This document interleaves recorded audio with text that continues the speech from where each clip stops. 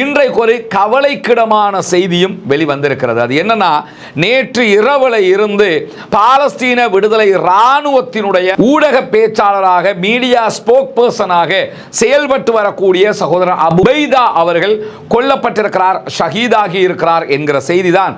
இந்த செய்திகளை பாலஸ்தீன விடுதலை அமைப்பினர் உறுதிப்படுத்துகிற வரைக்கும் நாம் காத்திருக்க வேண்டி இருக்கிறது. இந்த நிமிடம் வரைக்கும் பாலஸ்தீன விடுதலை இராணுவம் அபிஷியலாக அபு அவர்கள் கொல்லப்பட்டு விட்டார்கள் அல்லது ஷஹீதாகி விட்டார்கள் என்கிற செய்திகளை தெரிவிக்கவில்லை. ஆனால் இஸ்ரேலால் வெளியிடப்பட்டிருக்கக்கூடிய அறிவிப்பில் என்ன சொல்லியிருக்கிறாங்கன்னா, முகமூடி அணிந்த மனிதன் கொல்லப்பட்டு விட்டான் என்றுதான் அவர்களுடைய அறிக்கையில் சொல்லியிருக்கிறாங்க. அபு உபைதாவினுடைய ஒரிஜினல் ஃபேஸ் எப்படி இருக்கும்ங்கிறது யாருமே கண்டது கிடையாது. இந்த தடவை அபு உபைதா அவர்கள் கொல்லப்பட்டிருக்கலாம் என்பதுதான் 99% நெருக்கமான செய்தியாக இருப்பதை நம்ம பார்க்க முடியுது. பாலஸ்தீன விடுதலை அமைப்பு அபிஷியலாக இன்னும் அறிவிக்கலனாலும் ஆனால் அது உண்மையாக இருக்குமோ என்கிற தோற்றப்பாடுகள் தான் வெளிவந்து கொண்டிருக்கு.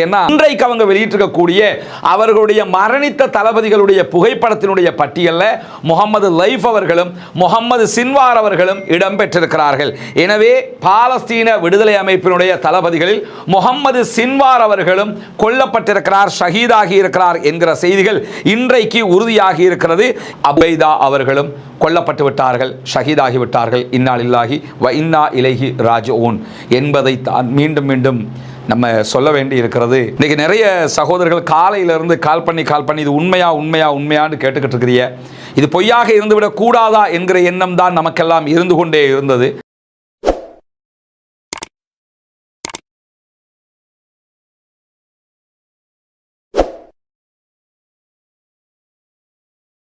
அன்பிற்கினிய சகோதர சகோதரிகளே, நம் அனைவர் மீதும் ஏக இறைவனுடைய அமைதியும் கருணையும் உண்டாகட்டுமாக என்கிற உயரிய பிரார்த்தனைகளோடு பாலஸ்தீனத்தினுடைய காசா பகுதிகளில் இஸ்ரேலிய ஆக்கிரமிப்பு இராணுவம் நடத்தி வரக்கூடிய தாக்குதல்கள் 695வது நாளாகவும் இன்றும் தொடர்ந்து கொண்டிருக்கக்கூடிய சந்தர்ப்பத்தில் பாலஸ்தீனத்திலும் பாலஸ்தீனத்தையொட்டி சர்வதேச மட்டத்திலும் என்னவெல்லாம் நடந்திருக்கிறது என்கிற செய்திகளைத்தான் இன்றைய இந்த வீடியோவிலையும் நம்ம பார்க்க இருக்கிறோம். இன்றைக்கு யாரும் எதிர்பார்க்காத மீண்டும் ஒரு சோகமான செய்தி வெளிவந்திருக்கக்கூடிய சூழல்ல இன்றைக்கு வெளிவந்திருக்கக்கூடிய மற்ற சில முக்கியமான செய்திகளை பார்த்துவிட்டு அந்த செய்திகளையும் பார்க்க இருக்கிறோம். குறிப்பாக நமக்கெல்லாம் தெரியும், பாலஸ்தீனத்திற்குள் உணவுகளை அனுமதியுங்கள், மருந்துகளை கொடுப்பதற்கு அனுமதியுங்கள், ரஃபா பார்டரை திறங்க என்று சொல்லி உலகம் முழுவதும் கோரிக்கைகள் விடுக்கப்பட்டு கொண்டிருந்தாலும் இஸ்ரேலிய ஆக்கிரமிப்பு இராணுவம் அதற்கான எந்த விதமான அனுமதிகளையும் கொடுக்காமல் இருக்கிறார்கள். ரஃபா பாதை திறக்கப்படாமல் இருக்கிறது. பாலஸ்தீன அப்பாவிகள் உண்ண உணவில்லாமல், எடுப்பதற்கு மருந்துகள் இல்லாமல், குடிப்பதற்கு சுத்தமான தண்ணீர் இல்லாமல் தத்தளித்துக் கொண்டிருக்கிறார்கள். ஒவ்வொரு நாளும் உணவில்லாமலேயே மரணிக்கக்கூடிய குழந்தைகளுடைய எண்ணிக்கைகளும் அதிகரித்து வருகிறது. இந்த சந்தர்ப்பத்தில் காசா மீதான இந்த உணவு முற்றுகையை உடைப்பதற்காக சர்வதேச மட்டத்தில் இருந்து பல பேரும் பலவிதமான போராட்டங்களை முன்னெடுத்து வரக்கூடிய நேரத்தில் ஃப்ரீடம் ஃப்ளோட்டிலா என்கிற ஒரு அமைப்பு உருவாக்கப்பட்டு அந்த அமைப்பினூடாக முதல் தடவையாக கடந்த 2 மாதங்களுக்கு முன்பதாக காசாவை நோக்கி கிரேட்டா தன்பர்க் என்கிறவங்களுடைய தலைமையில் ஒரு கப்பலில் 13 பேர் காசாவை நோக்கி சென்றார்கள். அவர்கள் காசாவை நெருங்குகிற சந்தர்ப்பத்தில் இஸ்ரேலிய ஆக்கிரமிப்பு இராணுவத்தினால் பலவந்தமாக அவர்கள் கைது செய்யப்பட்டிருந்தார்கள்.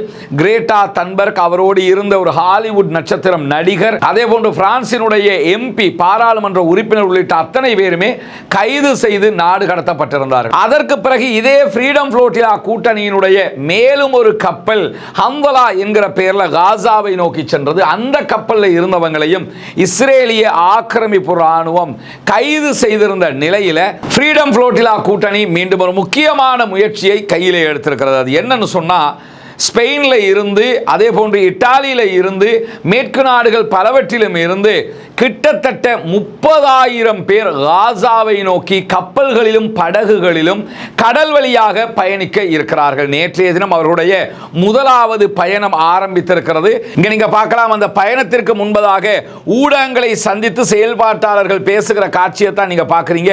இந்த இடத்துல கிரேட்டா தன்பர்க் இருக்கிறத பார்க்கலாம்.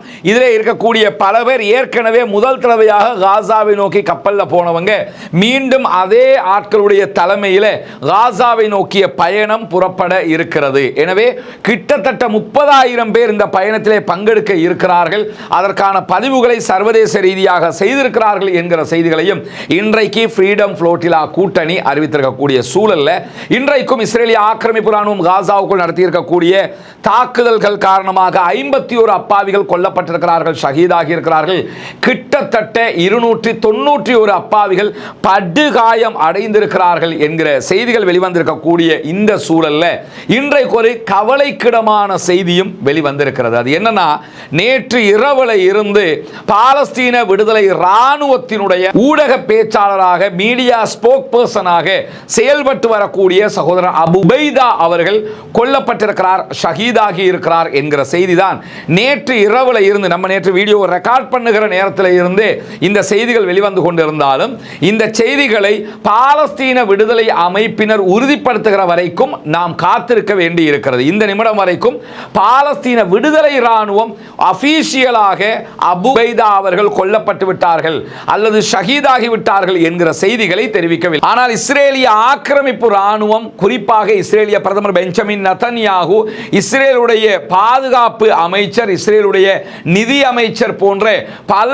பேரும் அபு உபைதா அவர்கள் கொல்லப்பட்டு விட்டார்கள், ஷஹீதாகி விட்டார்கள் என்கிற செய்திகளை சந்தோஷமாக அவர்களுடைய ஊடகங்களுக்கு சொல்லிக் கொண்டிருக்கக்கூடிய நேரத்தில் தான் பாலஸ்தீன விடுதலை அமைப்பு இந்த வீடியோவை நம்ம இலங்கை நேரம் 8:40 இன்னைக்கு நைட்டு நேரத்தில் நம்ம ரெக்கார்ட் பண்ணிக்கிட்டு இருக்கிறோம்.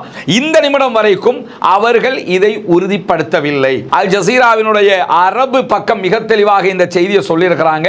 பாலஸ்தீன விடுதலை அமைப்பினுடைய ஊடக பேச்சாளர் media spoke person Abu Ubaida கொல்லப்பட்டு விட்டதாக இஸ்ரேலிய ஆக்கிரமிப்பு ராணுவம் சொல்லிக் கொண்டிருக்கிறது. ஆனால் இதுவரைக்கும் பாலஸ்தீன விடுதலை அமைப்பு இதை உறுதிப்படுத்தவில்லை என்கிற செய்தி தான் எங்களுக்கு கிடைத்திருக்கிறது என்பதையும் அல் ஜசீரா தெரிவித்திருக்கிற அதே நேரம் இஸ்ரேலால் வெளியிடப்பட்டிருக்கக்கூடிய அறிவிப்பில் என்ன சொல்லியிருக்கிறாங்கன்னா, அபு உபைதா அல்லது முகமூடி அணிந்த மனிதன் கொல்லப்பட்டு விட்டான் என்றுதான் அவர்களுடைய அறிக்கையில் சொல்லியிருக்கிறாங்க. அபு உபைதாவினுடைய ஒரிஜினல் ஃபேஸ் எப்படி இருக்கும்ங்கிறது யாருமே கண்டது கிடையாது. அவங்களுடைய உறவுகள் கண்டிருப்பாங்க, அது வேற.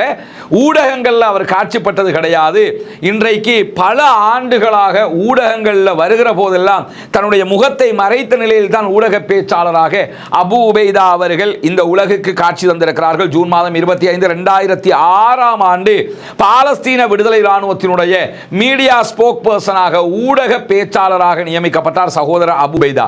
2006, இன்றைக்கு 2025, இத்தனை ஆண்டுகளாக அவர் தன்னுடைய அடையாளத்தை உலகுக்கு காட்டியதில்லை என்கிற நிலையில் 2008ஆம் ஆண்டு இதே போன்று அபு உபைதா அவர்கள் கொல்லப்பட்டதாக இஸ்ரேலிய ஆக்கிரமிப்பு ராணுவம் அறிவித்திருந்தது.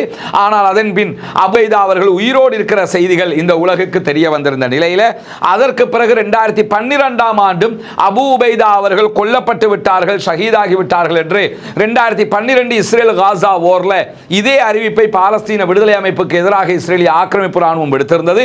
ஆனால் அதற்கு பிறகு அபு உபைதா அவர்கள் உயிரோடு இருக்கிறார்கள் என்கிற செய்திகள் வெளிவந்திருந்தது. அதே போன்று 2014ஆம் ஆண்டும் அபு உபைதா அவர்கள் கொல்லப்பட்டு விட்டார்கள், ஷஹீதாகி விட்டார்கள் என்கிற அறிவிப்பை இஸ்ரேலிய ஆக்கிரமிப்பு ராணுவம் எடுத்திருந்த நிலையில் இந்த காசா இஸ்ரேல் இந்த வார நீங்க எடுத்துக்கிட்டீங்கன்னா இந்த வாரில் மாத்திரம் கிட்டத்தட்ட ஒரு 10 தடவை அபு உபைதா கொல்லப்பட்டிருப்பாரு. கொன்னுட்டோம் இதுக்கு முன்னாடியும் அறிவிச்சிருக்கிறாங்க. ஆனால் இதுவரைக்கும் உறுதியாக கொல்லப்பட்டு விட்டார்தான் என்பதை பாலஸ்தீன விடுதலை அமைப்பு ஒரு சந்தர்ப்பத்திலும் அறிவித்திருக்கவில்லை. ஆனால் இந்த தடவை அபு உபைதா அவர்கள் கொல்லப்பட்டிருக்கலாம் என்பதுதான் 99% நெருக்கமான செய்தியாக இருப்பதை நம்ம பார்க்க முடியுது. பாலஸ்தீன விடுதலை அமைப்பு அபிஷியலாக இன்னும் அறிவிக்கலனாலும் ஆனால் அது உண்மையாக இருக்குமோ என்கிற தோற்றப்பாடுகள் தான் வெளிவந்து கொண்டிருக்கேன்னா, இன்றைக்கு இஸ்ரேலிய ஆக்கிரமிப்பு ராணுவம் அபு உபைதா அவர்களை கொன்றுவிட்டதாக அறிவித்த ஒரு சில மணி நேரங்களுக்குள்ளாக பாலஸ்தீன விடுதலை அமைப்பினர் வித்தியாசமாக இதற்கு முன் இதுவரைக்கும் இந்த யுத்த காலத்தில் செய்யாத ஒரு காரியத்தை செய்திருந்தார்கள். அவர்களுடைய அபிஷியல் ஊடகத்தில் பாலஸ்தீன விடுதலை அமைப்பு சார்பாக இதுவரைக்கும் கொல்லப்பட்ட முக்கியஸ்தர்களுடைய புகைப்படங்களை அவர்கள் வெளியிட்டிருக்கிறார்கள். அதிலே ஷஹீத் இஸ்மாயில் ஹனியா அவர்களுடைய புகைப்படம் இருக்கிறது. ஒரே புகைப்படத்தில் சில பேர் அவங்க காட்சிப்படுத்தியிருக்கிறாங்க. அதிலே ஷஹீத் இஸ்மாயில் ஹனியா முன்னாள் பாலஸ்தீனத்துடைய பிரதம மந்திரி அவர்கள் இருக்கிறார்கள். மரணிக்கும் போது அவர் பாலஸ்தீன விடுதலை அமைப்பினுடைய தலைவராக செயல்பட்டார். ஈரானுடைய ஜனாதிபதியாக மசூத் பெசக்ஷியன் தெரிவு செய்யப்பட்ட அன்றைய நாள் ஈரானுக்குள் வைத்து இவர் இஸ்ரேலிய ஆக்கிரமிப்பு ராணுவத்தினுடைய உளவு பிரிவால் ராக்கெட் லான்ச்சர் மூலமாக கொல்லப்பட்டிருந்தார். அதே போன்று போன்று அதற்கு பிறகு யஹியா சின்வார் அவர்கள் கொல்லப்பட்டிருந்தார்கள். ஷஹீத் யஹியா சின்வார் அவர்கள். ஷஹீத் யஹியா சின்வார் அவர்களுடைய புகைப்படமும் இஸ்மாயில் ஹனியா அவர்களுடைய புகைப்படமும் இருக்கிற அதே நேரம் பாலஸ்தீன விடுதலை இராணுவத்தினுடைய படைப்பிரிவின் தலைமை தளபதி, இன்னும் சொல்ல போனால் இந்த பாலஸ்தீன விடுதலை இராணுவத்தையே உருவாக்கியவர் என்று சொல்லப்படக்கூடிய முகமது லைஃப் அவர்களுடைய புகைப்படமும் அதிலே இருக்கிறது. அதே போன்று அவருக்கு துணையாக இருக்கக்கூடிய மர்வான் ஈசா அவர்களுடைய புகைப்படம் அதிலே இருக்கிறது. மே மாதம் 2021 இஸ்ரேலிய ஆக்கிரமிப்பு இராணுவத்தால் கொல்லப்பட்ட காசாவினுடைய படை தளபதிகளில் ஒருவராக செயல்பட்ட பஸ்ஸாயிம் ஈசா அவர்கள் அதிலே இருக்கிறார்கள். இதே நேரத்தில் அதே புகைப்படத்தில் பாலஸ்தீன விடுதலை இராணுவத்தினுடைய மிக முக்கியமான தளபதிகளில் ஒருவராக செயல்பட்ட முகமது சின்வார் அவர்களும் இருக்கிறார்கள். இந்த இடத்துல என்ன கவனிக்கணும்னா, இந்த கொல்லப்பட்ட ஷஹீதான தளபதிகளுடைய புகைப்படங்களை ஒட்டுமொத்தமாக பாலஸ்தீன விடுதலை அமைப்பு வெளியிட்டிருக்கிறது. அந்த புகைப்படத்தை பயன்படுத்த முடியாது என்பது உங்களுக்கு தெரியும். அந்த புகைப்படத்தில் இருக்கிறவர்கள் ஷேக் ஷஹீத் முகமது சின்வார் அவர்களும் இருக்கிறார்கள். முகமது சின்வார் அவர்களை நாங்கள் கொன்றுவிட்டோம் என்று மே மாதம் 13ஆம் தேதி இஸ்ரேலிய ஆக்கிரமிப்பு இராணுவம் அறிவித்திருந்த நிலையில் அது தொடர்பாக பாலஸ்தீன விடுதலை இராணுவம் இதுவரைக்கும் எந்த கருத்துக்களையுமே வெளியிடாமல் இருந்து வந்தது. யுத்த தர்மத்தில் யுத்தம் நடக்கும் போது யுத்தம் பலவீனப்பட்டுவிடக் கூடாது என்பதாலும் தங்களுடைய தலைவர்கள் தங்களுடைய கூட இருக்கக்கூடிய சோல்ஜர்ஸ் இன்னும் தைரியமாக செயல்பட வேண்டும் என்பதற்காகவும் இது போன்ற காரியங்களில் எல்லா படைப்பிரிவுகளும் செயல்படுவது நியாயமான ஒன்றாக பார்க்கப்படும். அந்த வகையில் முகமது சின்வார் அவர்கள் கொல்லப்பட்டதாக மே மாதம் 13ஆம் தேதி இஸ்ரேலிய ஆக்கிரமிப்பு இராணுவம் அறிவித்திருந்தாலும் இதுவரைக்கும் பாலஸ்தீன விடுதலை அமைப்பினர் அதை அறிவிக்காமல் இருந்து வந்திருந்தார்கள். ஆனால் இன்றைக்கு அவங்க வெளியிட்டிருக்கக்கூடிய அவர்களுடைய மரணித்த தளபதிகளுடைய புகைப்படத்தினுடைய பட்டியலில் முகமது லைஃப் அவர்களும் முகமது சின்வார் அவர்களும் இடம்பெற்றிருக்கிறார்கள். எனவே பாலஸ்தீன விடுதலை அமைப்பினுடைய தளபதிகளில் முகமது சின்வார் அவர்களும் கொல்லப்பட்டிருக்கிறார், ஷஹீதாகி இருக்கிறார் என்கிற செய்திகள் இன்றைக்கு உறுதியாகி இருக்கிறது.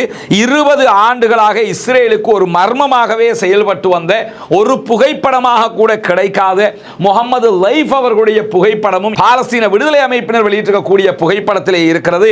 ஜனவரி மாதம் 30ஆம் தேதி முகமது லைஃப் அவர்கள் கொல்லப்பட்டிருந்தார், ஷஹீதாகி இருந்தார் என்பதும் குறிப்பிடத்தக்கது. எனவே இன்றைக்கு வெளியாகி இருக்கக்கூடிய இந்த செய்தியை பொறுத்தவரையில் அபு உபைதா அவர்கள் கொல்லப்பட்டு விட்டார்கள், ஷஹீதாகி விட்டார்கள் என்கிற செய்தி வெளியாகி ஒரு சில மணி நேரங்களுக்குள்ளாகத்தான் இந்த தளபதிகள் மரணித்த தளபதிகளுடைய புகைப்படங்களை பாலஸ்தீன விடுதலை அமைப்பினர் வெளியிட்டிருக்கிறார்கள். எனவே இதன் மூலமாக அவர்கள் சொல்ல வருகிற செய்தியாக நம்ம எதை புரிஞ்சுக்கலாம்னா, அபு உபைதா அவர்களும் கொல்லப்பட்டு விட்டார்கள், ஷஹீதாகி விட்டார்கள், இன்னா லில்லாஹி வ இன்னா இலைஹி ராஜிஊன் என்பதை தான் மீண்டும் மீண்டும் நம்ம சொல்ல வேண்டி இருக்கிறது. கிட்டத்தட்ட இந்த யுத்தம் ஆரம்பித்து 2 ஆண்டுகளாக பாலஸ்தீனத்தில் நடக்கக்கூடிய செய்திகளை வெளியிலே கொண்டு வந்து தந்த சகோதரர்கள் 2 பேர். ஒன்று அபு உபைதா அவர்கள், இரண்டாவது அபு ஹம்சா அவர்கள். சகோதரர் அபு ஹம்சா அவர்கள் 3 மாதங்களுக்கு முன்பதாகவே கொல்லப்பட்டு விட்டார். அவருடைய மனைவி பிள்ளைகளோடு அவர் கொல்லப்பட்டிருந்தார், ஷஹீதாகி இருந்தார் என்கிற நிலையில் இன்றைக்கு அபு உபைதா அவர்கள் கொல்லப்பட்டிருக்கிறார்கள் என்பதை பாலஸ்தீன விடுதலை அமைப்பினருடைய இந்த செய்தியினூடாக நம்ம புரிந்து கொள்ள முடிகிறது. அதே நேரம் இன்றைக்கு பாலஸ்தீன விடுதலை அமைப்பினுடைய செய்திகளை தொடர்ந்து வெளியிட்டு வரக்கூடிய அல் ஜசீராவினுடைய காசாவுக்கான செய்தி பக்கம் பாலஸ்தீன விடுதலை அமைப்பினுடைய ஊடக பேச்சாளர் மீடியா ஸ்போக் பர்சனாக செயல்பட்ட அபு உபைதா அவர்களுடைய கடந்த கால உரைகள், கடந்த கால செய்திகளை கருப்பு நிறமாக பிளாக் அண்ட் ஒயிட்ல ஒளிபரப்பி இருப்பதையும் நம்ம பார்க்க முடிகிறது. எனவே பாலஸ்தீன விடுதலை அமைப்பினர் உத்தியோகபூர்வமாக ஒற்றை வார்த்தைகளில் அபு உபைதா கொல்லப்பட்டு விட்டார், ஷஹீதாகி விட்டார் என்று குறிப்பிடாவிட்டாலும் அபு உபைதா அவர்கள் கொல்லப்பட்டு விட்டார்கள், ஷஹீதாகி விட்டார்கள் என்பதை அவர்கள் வேறு வழிகளில் சொல்லி இருக்கிறார்கள். அதனை உணர்ந்து கொண்ட அல் ஜசீராவும் அபு உபைதா அவர்களுடைய வீடியோக்களை பிளாக் அண்ட் ஒயிட்ல கவலையை வெளிப்படுத்தும் விதமாக வெளியிட்டிருக்கிறது. ஒரு ஊடகமாக இன்றைக்கு அல் ஜசீரா தானும் பாலஸ்தீன விடுதலை அமைப்பினுடைய media spoke person Abu Ubaida அவர்கள் கொல்லப்பட்டதற்கான கவலையை அவருடைய வீடியோக்களை பிளாக் அண்ட் ஒயிட்ல வெளியிடுவதன் மூலமாக தெரிவித்திருக்கிறார்கள். ஒரு ஏற்றுக்கொள்ள மனது சங்கடப்படுகிற ஒரு மரணமாக அவருடைய மரணம் இருந்தாலும் மரணங்களை நாம் ஏற்றுக்கொண்டுதான் ஆக வேண்டி இருக்கிறது. வைதா அசாபத்துஹும் முசீபா காலு இன்னா லில்லாஹி வ இன்னா இலைஹி ராஜிஊன். இன்றைக்கி நிறைய சகோதரர்கள் காலையிலேருந்து கால் பண்ணி இது உண்மையான்னு கேட்டுக்கிட்டு இருக்கிறீங்க. இது பொய்யாக இருந்துவிடக் கூடாதா என்கிற எண்ணம் தான் நமக்கெல்லாம் இருந்து கொண்டே இருந்தது. ஆனால் அந்த செய்தி பொய்யாக இல்லை, அது உண்மையாகத்தான் இருக்கிறது என்பதை நம்ம புரிந்து கொள்ள முடிகிறது. வைதா அசாபத்துக்கும் முசீபா காலு இன்னா லில்லாஹி வ இன்னா இலைஹி ராஜிஊன். அவர்களுக்கு ஏதாவது ஒரு முசீபத்து, ஒரு கெட்டது நடைபெற்று விட்டால் இன்னா லில்லாஹி வ இன்னா இலைஹி ராஜிஊன் என்று கடந்து சென்று விடுவார்கள். இஸ்மாயில் ஹனியாவை இழந்திருக்கிறோம், ஷேக் யஹ்யா சின்வாரை இழந்திருக்கிறோம், ஷேக் முகமது சின்வாரை இழந்திருக்கிறோம், முகமது லைஃபை இழந்திருக்கிறோம். இப்படி மாபெரும் பல தலைவர்களை நம்ம இழந்திருக்கிறோம். அப்படி இழந்தும் பாலஸ்தீன விடுதலை போராட்டம் தோல்வி அடையவில்லை, பின்வாங்கவில்லை, தொடர்ந்து முன்னேறி கொண்டுதான் இருக்கிறது. ஆச்சரியம் என்னன்னு கேட்டால், ஒரு அமைப்பினுடைய தலைவர் கொல்லப்பட்டு விட்டால் அந்த அமைப்பே காலி என்கிற நிலையில் எல்லா நாடுகளிலும் பல அமைப்புகள் காணாமல் போன சூழல்ல பாலஸ்தீன விடுதலை அமைப்பினர் இத்தனை தலைவர்கள் கொல்லப்பட்டும் அவர்களுடைய தாக்குதல்களை தொடர்ந்து கொண்டே இருக்கிறார்கள். அவர்களுடைய போராட்டம் தொடர்ந்து கொண்டே இருக்கிறது. இன்றைக்கும் பாலஸ்தீன விடுதலை அமைப்பினர் நடத்தி இருக்கக்கூடிய தாக்குதல்களில் காசாவினுடைய சென்ட்ரல் காசா 8வது தெருப்பகுதிகளில் அவர்கள் நடத்தி இருக்கக்கூடிய தாக்குதல்களில் இஸ்ரேலிய ஆக்கிரமிப்பு இராணுவத்தினுடைய ஒரு மெர்காவா டேங்க் அளிக்கப்பட்டிருக்கிறது. கிட்டத்தட்ட 5 இஸ்ரேலிய ஆக்கிரமிப்பு இராணுவத்தைச் சேர்ந்தவர்கள் அதிலே கொல்லப்பட்டிருக்கிறார்கள். அதே போன்று பாலஸ்தீன விடுதலை அமைப்பினருடைய யாசின் 105 என்கிற ஷெல் தாக்குதல் மூலமாக, ராக்கெட் தாக்குதல் மூலமாக அவர்களுடைய 2 புல்டோசர்களும் அளிக்கப்பட்டிருக்கிறது. எனவே இன்றைக்கும் பாலஸ்தீன விடுதலை அமைப்பினர் பாரிய தாக்குதல்களை நடத்தி இருக்கக்கூடிய சூழல்ல தான் அன்சாருல்லா என்கிற ஹூதிகளுடைய படைப்பிரிவு நாங்கள் தொடர்ந்து பாலஸ்தீனத்திற்கு ஆதரவாக இருப்போம், எங்களை நோக்கி எத்தனை தாக்குதல்கள் நடத்தப்பட்டாலும் அதை எதிர்கொண்டு நாங்கள் அவர்களோடு நிற்கத்தான் போகிறோம் என்று இன்றைக்கு அன்சாருல்லா படைப்பிரிவினுடைய தலைவர் விடுத்திருக்கக்கூடிய அறிவிப்பில் சொல்லப்பட்டிருக்கிறது. அன்சாருல்லாவினுடைய அரசியல் துறை சார்ந்தவர்கள் மீது இஸ்ரேல் 3 நாட்களுக்கு முன்பதாக தாக்குதல்களை நடத்தி இருந்தது. அதிலே அன்சாருல்லா ஹூதிகளுடைய பிரைம் மினிஸ்டர், யமன்ல ஹூதிகள் கட்டுப்பாட்டில் இருக்கக்கூடிய பகுதிகளில் இருக்கக்கூடிய அரசாங்கத்தின் பிரைம் மினிஸ்டர் உள்ளிட்ட 3 பேர் கொல்லப்பட்டிருக்கிறார்கள். அப்படி கொல்லப்பட்டிருந்தும் அவர்கள் இன்றைக்கு விடுத்திருக்கக்கூடிய அறிக்கைகளில் எங்களுடைய மக்களை, எங்களுடைய தலைவர்களை நீங்கள் கொள்வதால் ஒருபோதும் எங்களுடைய இஸ்ரேல் எதிர்ப்பை தவிர்த்துவிட முடியாது. எனவே இஸ்ரேலுக்கு எதிராக பாலஸ்தீனத்திற்கு ஆதரவான எங்களுடைய தாக்குதல்கள் தொடரும். நாங்கள் தொடர்ந்தும் அவர்களை எதிர்த்து கொண்டே இருப்போம். எங்களுடைய இழப்புகள் இறைவனுக்கானது, எங்களுடைய வெற்றிகள் மக்களுக்கானது என்கிற தகவல்களையும் அவங்க இன்னைக்கு சொல்லி இருக்கிறத நம்ம பார்க்க முடிகிற அதே நேரம் ராய்ட்டர்ல இதுவரைக்கும் பயணித்துக் கொண்டிருந்த, ராய்ட்டர்ல ஒரு செய்தியாளராக செயல்பட்டு வந்த கனடாவை சேர்ந்த பத்திரிகையாளர் லவேரி ஜிங்க் என்கிறவங்க இன்றைக்கு நான் ராய்ட்டர்ல இருந்து என்னுடைய பதவியை ராஜினாமா செய்கிறேன் என்று அறிவித்திருக்கிறார்கள். குறிப்பாக ஆகஸ்ட் மாதம் 26ஆம் தேதியே அவங்க தன்னுடைய ராஜினாமா கடிதத்தை கொடுத்திருக்கிறார்கள். 2023 அக்டோபர் 7ஆம் தேதி முதல் பாலஸ்தீன மக்களுக்கு எதிராக இஸ்ரேலிய ஆக்கிரமிப்பு ராணுவம் நடத்தி வரக்கூடிய தாக்குதல்களில் ஒரு பக்க சார்பாக ராய்ட்டர் செய்தி சேர்வை இஸ்ரேலுக்கு ஆதரவாகவே செயல்பட்டு வருகிறது. பாலஸ்தீன அப்பாவிகளுக்குரிய எந்த விதமான ஆதரவையும் அவர்கள் தெரிவிக்கவில்லை. எனவே இந்த ஊடகத்தில் நான் பணியாற்ற முடியாது என்று சொல்லி ராய்ட்டருடைய கனடாவில் இருந்து செயல்பட்டு வந்த பத்திரிகையாளர் லவேரி ஜிங்க் அவர்கள் ராஜினாமா செய்திருக்கிறார்கள்.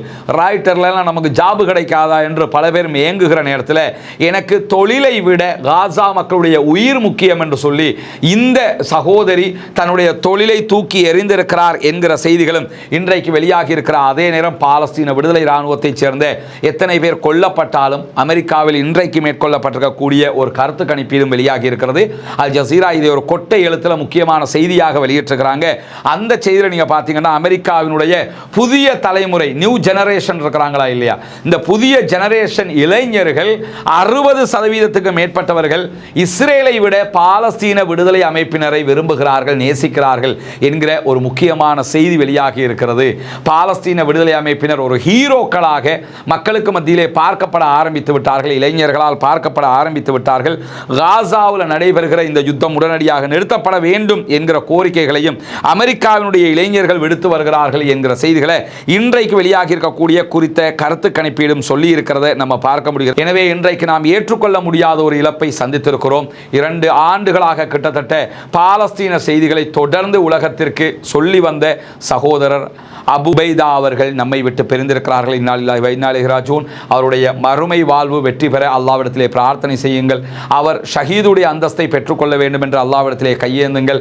அவருடைய நன்மைகள் எல்லாம் இறைவன் ஏற்றுக்கொள்ள வேண்டும், பாவங்களை பொறுத்தருள வேண்டும், அவருக்கு மன்னிப்பை வழங்க வேண்டும் என்கிற பிரார்த்தனையை அல்லாஹ்விடத்திலே முன்வைக்க தவறிவிடாதீர்கள். தஹஜ்ஜத் தொழுகைகளில் பாலஸ்தீன விடுதலை இராணுவத்திற்கு ஆதரவாகவும் அதே போன்று சகோதரர் அபைதா உள்ளிட்ட மரணித்த அத்தனை சகோதரர்களுக்காகவும் போராடக்கூடிய அத்தனை சகோதரர்களுக்காகவும் தொடர்ந்தும் கையேந்துங்கள். பாலஸ்தீன மக்களுக்காக கையேந்துகிற அதே நேரம் இஸ்ரேலிய ஆக்கிரமிப்பு இராணுவத்திற்கு எதிராக தொடர்ந்தும் குனூத்து நாசிலாவை ஓதி வாருங்கள் என்கிற கோரிக்கைகளோடு பாலஸ்தீன மக்களுக்காக ஜனநாயக ரீதியாகவும் குரல் எழுப்புவோமாக. வாஹிர் தஅவானா அல்ஹம்துலில்லாஹி ரப்பில் ஆலமீன்.